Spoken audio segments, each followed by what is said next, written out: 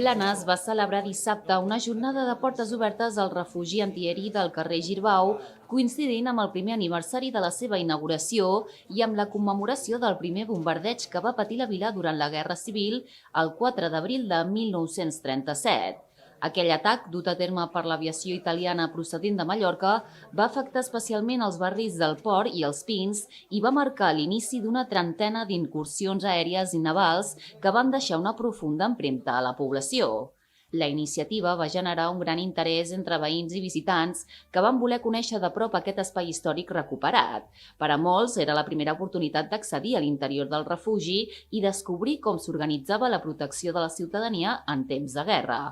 L'adequació de l'espai, impulsada per l'Arxiu Municipal amb el suport dels serveis municipals, ha inclòs actuacions com la canalització de l'aigua que hi discorre, la instal·lació d'enllumenat i la col·locació de panells informatius que expliquen tant els bombardejos com la xarxa de refugis antiaeris de Blanes. El projecte va estar promogut per l'historiador local Joan García i el grup de recerca d'investigació d'espais de la Guerra Civil amb la coordinació del Departament de l'Arxiu Municipal i Patrimoni Històric. El refugi, de tipus galeria de mina, té una profunditat de 24 metres, una amplada de 2 metres i compta amb pilars interiors que reforcen l'estructura, permetent acollir fins a una vuitantena de persones en situacions d'emergència. Més de 200 persones van visitar el refugi al llarg de la jornada, organitzades en grups reduïts d'unes 5 persones, fet que va facilitar una visita més còmoda, segura i propera.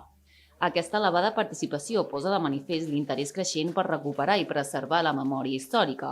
La iniciativa ha permès als assistents fer un viatge al passat, comprendre millor l'impacte dels bombardejos sobre la població civil i mantenir viva una part essencial de la història de la vila perquè no caigui en l'oblit.